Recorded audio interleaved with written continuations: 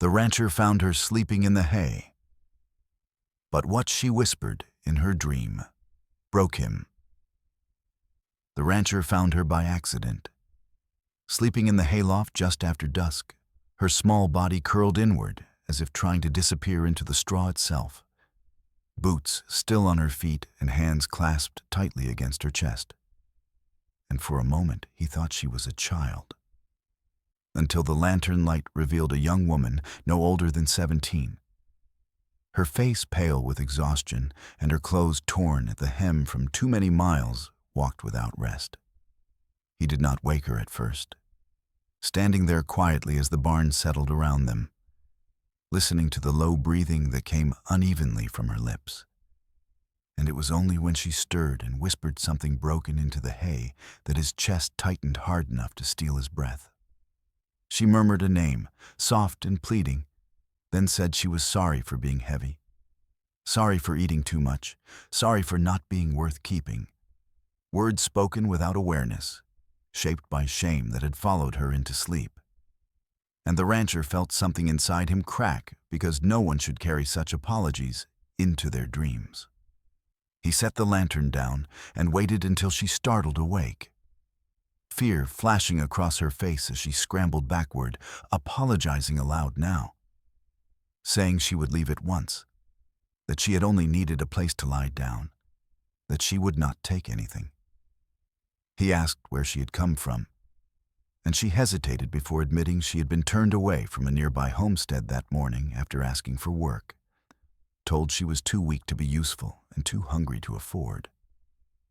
And when she tried the town, she had been laughed out of the square by men who said there was no place for girls who could not pull their weight. The rancher listened, anger tightening his jaw. And though he had known hardship himself, he had never imagined it could follow someone so young with such cruelty. He told her she could stay the night, and when she asked how she would repay him, he answered that rest was not a debt, a statement that seemed to confuse her more than kindness usually did. As he led her down from the loft and toward the house, she kept glancing back at the barn as if expecting to be chased out at any moment. And the rancher understood then that whatever had driven her to sleep among the hay had not only taken her strength, but her sense of worth, and that the injustice was not merely that she had been abandoned, but that she had begun to believe she deserved it. Morning light crept through the kitchen window as the rancher sat at the table across from her, a simple plate of bread and eggs between them that she kept glancing at as if waiting for permission that had already been given. And while she ate slowly, carefully, he watched the way she flinched at every small sound, how her shoulders stayed drawn inward, even in warmth, signs he had seen before in men worn down by seasons of loss but never expected to see in someone so young. He asked her name and where she meant to go after resting, and she answered honestly that she had nowhere particular, only roads she had already tried and doors that had closed when they saw how thin she was, how easily tired, how much she needed. As she spoke, the rancher felt the shape of the injustice sharpen, not as a single cruel act, but as a pattern repeated often enough to teach a person they were a burden. And he realized he was witnessing the damage long before any rescue could be claimed. Later, when he stepped outside to tend the horses, 2 townsmen rode past the fence and slowed, casting knowing looks toward the house, and one called out that he ought to be careful who he sheltered, saying girls like that brought trouble and mouths that never stopped eating. The rancher answered nothing, but the word stayed with him as he returned inside and saw her trying to clean the table despite being told to rest, apologizing again for taking space. He told her she could stay until she was steady, not as a favor, but as the right thing to do. Yet even as he said it, doubt pressed in, shaped by the voices of the town and the cost of defying them. She noticed the hesitation and offered to leave by afternoon, saying she did not want to cause problems. And in that moment the rancher understood that seeing injustice meant little unless one was willing to stand against the pressure that protected it. He looked at her then, really looked, and said she would not be pushed back onto the road because of gossip or fear. Words that surprised him with their firmness. She nodded, unsure whether to believe him, but something in his tone allowed her to sit back down.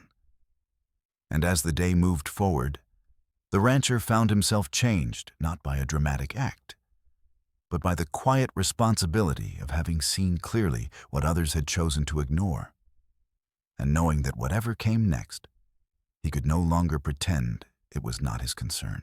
The rescue did not arrive as a single dramatic act, but unfolded in a narrow window of choice. When the rancher heard voices rising outside near midday, sharp with accusation, and stepped onto the porch to find 3 men from town standing by the fence, their eyes already fixed on the girl inside, as if her presence had been decided without her. They claimed she had stolen food earlier in the week, that she owed work she had not finished, and that allowing her to stay would invite the kind of trouble no ranch could afford. Words delivered with the certainty of men used to being believed.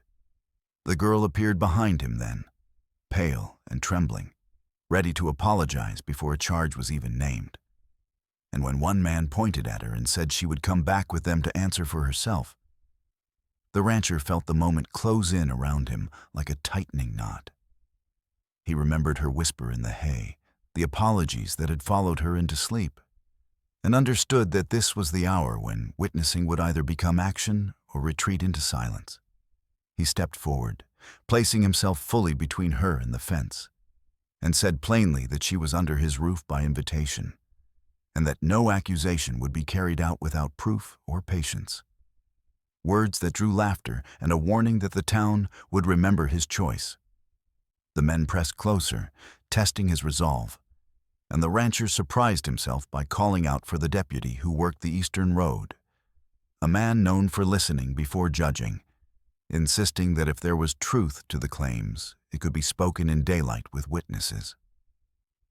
The mention of a lawful ear unsettled the group, and while they argued among themselves, the rancher turned slightly and told the girl to stay behind him and keep her eyes on the door.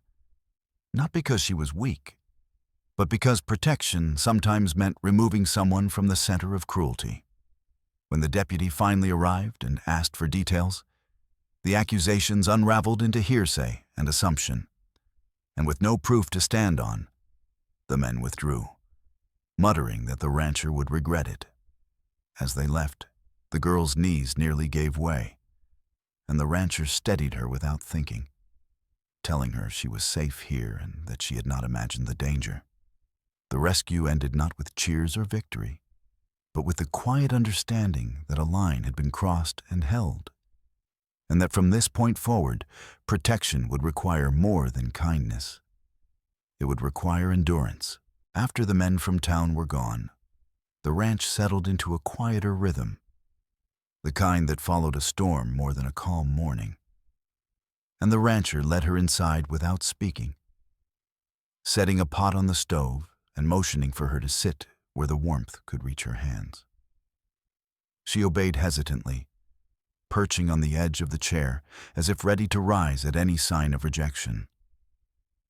And when he placed a bowl of stew in front of her, she stared at it a moment too long before eating. The simple act of being fed without conditions still unfamiliar.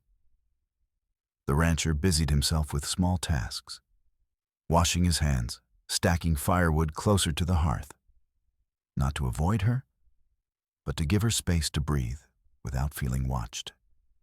And in that quiet she began to relax, her shoulders lowering inch by inch as the day unfolded. Later, he showed her the spare room, clean but unused, explaining that she could rest there as long as she needed. And she asked softly whether he expected payment or work in return, a question that tightened his chest again because it carried the weight of many doors that had closed before his.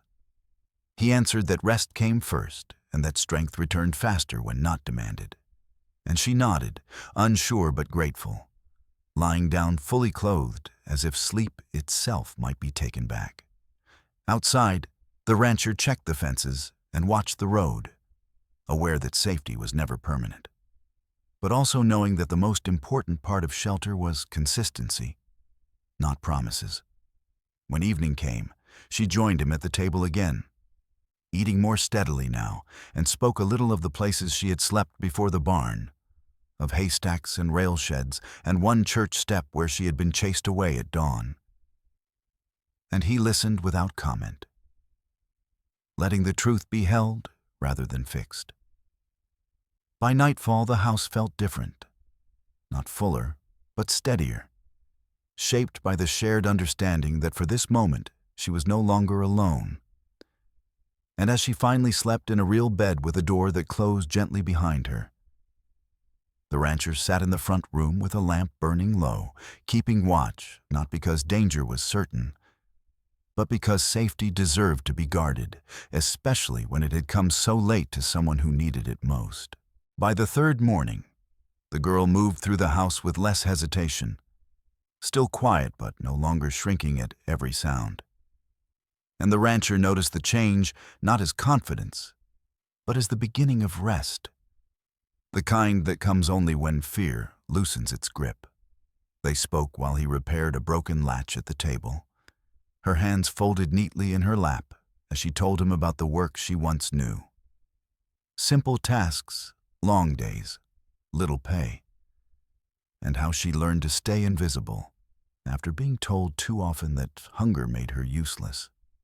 The rancher listened without interruption, offering no easy reassurances, understanding that trust was not built by denying what had happened, but by allowing it to be spoken without consequence.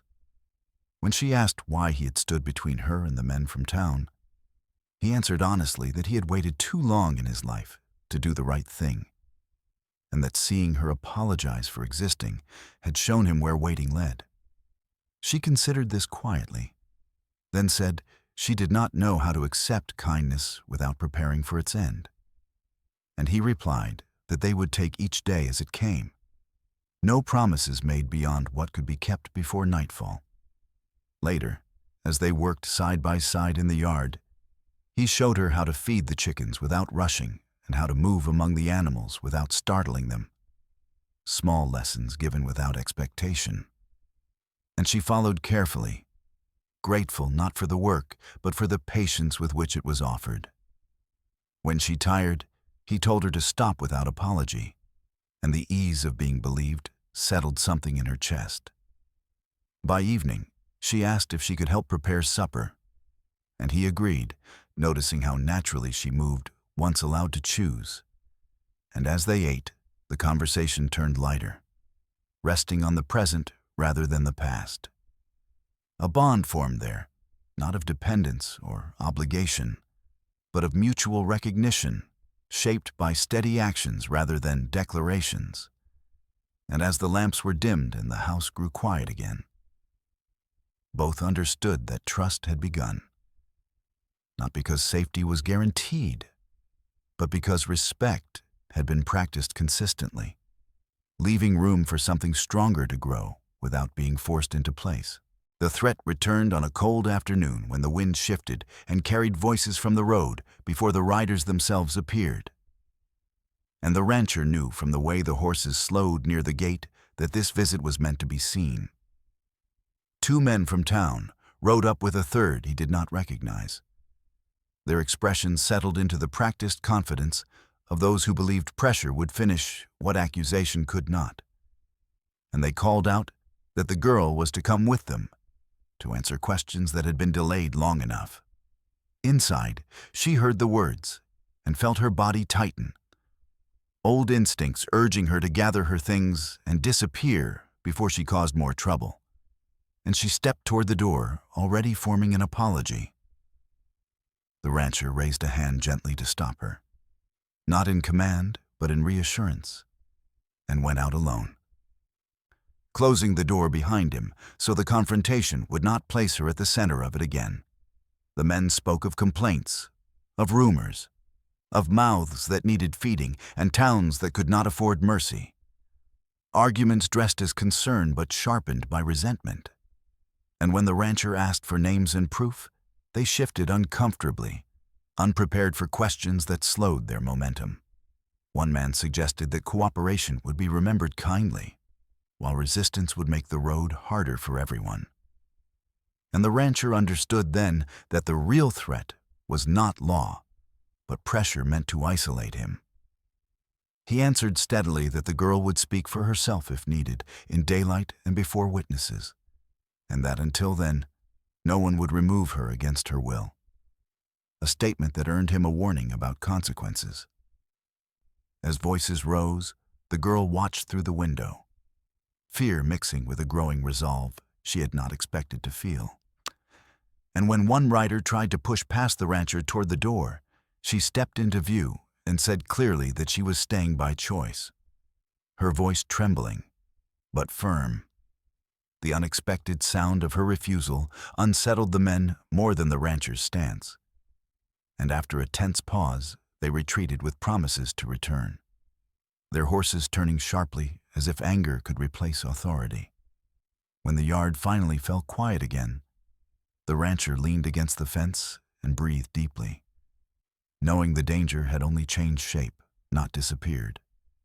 And inside, the girl rested her hand over her heart, realizing that the road ahead would demand courage from both of them, and that choosing not to run had already begun to change who she was becoming. That night brought no rest to either of them. Only the long quiet that follows raised voices, when thoughts move louder than footsteps, and the rancher sat at the table staring at the unlit lamp, weighing the cost of what he had chosen against the kind of man he would become if he chose otherwise. Across the room, the girl lay awake on the edge of the bed, listening for sounds from the road, her body tense with the old urge to be gone before morning, because staying had always been what made things worse for others. When she finally spoke, her voice barely carried. She told him she could leave before dawn, that she had learned how to walk without being seen, and that she did not want his life made smaller because of her presence. The rancher turned to her then and admitted his own fear, not of the men from town, but of failing again by letting fear decide who deserved protection. And he said plainly that sending her away would teach those men that pressure worked, a lesson he was no longer willing to pass along. She struggled with his words, torn between relief and responsibility, confessing that kindness still felt dangerous because it asked her to trust something that had never lasted. And he answered that trust did not require certainty, only honesty in the moment. The silence that followed was heavy but shared, each of them facing a different edge of the same choice. And in it, the girl realized that leaving quietly would not spare him consequences, only hide them, while staying would mean standing openly for her own worth. She told him then that she would not run, that if she had to be questioned, she would speak for herself, and that she was tired of apologizing for existing, words that surprised her with their strength. The rancher felt the weight shift inside him as well, understanding that protection was not about keeping someone small and hidden, but about standing alongside them when they chose to be seen. When the lamp was finally lit and the house settled again, the decision between them held firm, not because the danger had passed, but because they had chosen courage over retreat. And in that choice, both felt the ground beneath them grow steadier, even as the night pressed close around the walls. The sacrifice came the next morning when the rancher saddled his horse and rode into town before fear could talk him out of it, leaving the girl with clear instructions and a promise not of safety, but of return, knowing that stepping into the open would draw attention he could no longer avoid. He went first to the clerk, then to the church office, and finally to the deputy known for listening more than speaking, telling the story plainly and naming the men who had come twice without cause, accepting the risk that doing so would mark him as difficult. Back at the ranch, the girl felt the hours stretch thin as she worked slowly, rehearsing what she would say if questioned, grounding herself in the choice she had made not to disappear. and when a rider approached near noon, she stepped onto the porch alone, hands steady at her sides, refusing to retreat inside. The man demanded she come along, and she answered that she would speak in daylight before witnesses, repeating the words she had heard the rancher use, feeling courage grow as the sentence took shape in her mouth. The standoff ended when the deputy arrived with the rancher, papers in hand, and read aloud a notice requiring any further inquiry to proceed formally, a restraint that stripped the rider's bluster of its teeth. The rancher met the girl's eyes briefly, pride and relief crossing his face, and she nodded, knowing the moment mattered not because danger had vanished, but because they had chosen to meet it without surrendering their dignity. As the deputy rode off and the road fell quiet again, the rancher understood what he had given up: ease, anonymity, and the comfort of staying out of sight. And he accepted it without regret. The girl felt a different sacrifice settle into place: the surrender of the habit of running, replaced by the harder work of standing still and being counted. Together, they returned to the house, aware that courage had changed the shape of their days, and that what had been offered that morning, truth carried openly, would hold longer than any protection bought with silence. Justice came quietly, without crowds or raised voices. When the deputy returned 2 days later and asked that everyone present themselves at the ranch yard in daylight, a request that carried more weight than threat. And the girl stood beside the rancher as questions were asked plainly and answered the same way.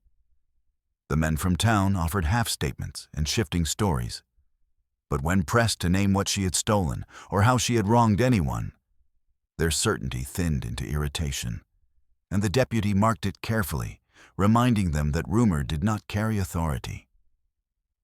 The girl spoke for herself then, saying she had asked for work, had been turned away for being hungry and tired, and had taken nothing she was not given.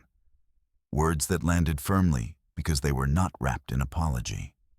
The rancher added only what he had witnessed, choosing restraint over accusation, and the deputy concluded that no grounds existed to remove her or harass the property further, warning the men that continued pressure would be treated as intimidation. As the group dispersed, a sense of alignment settled over the yard. Not triumph, but relief that the truth had held when tested. The girl felt her posture change as the men rode away, realizing she had stood openly and been believed. And the rancher understood that justice had not arrived because of his standing alone, but because voices had aligned early enough to keep harm from taking root. They returned to the house together, sharing a quiet meal that tasted different now that fear was no longer at the table. And the girl spoke of her plans without haste, considering work she might take when ready and the choices she would make for herself rather than against danger. The rancher listened and nodded, accepting that union did not mean possession or promise, but shared commitment to a standard they had upheld together. In that understanding, justice completed its work, not by punishing anyone, but by restoring order and allowing a future to be chosen without pressure. A resolution steady enough to last beyond the moment it was spoken. In the days that followed, the ranch found a new steadiness, not because the past had been erased, but because it had been set in its proper place. And the girl moved through the rooms with a quiet confidence that had replaced her habit of shrinking, choosing when to help and when to rest without apology.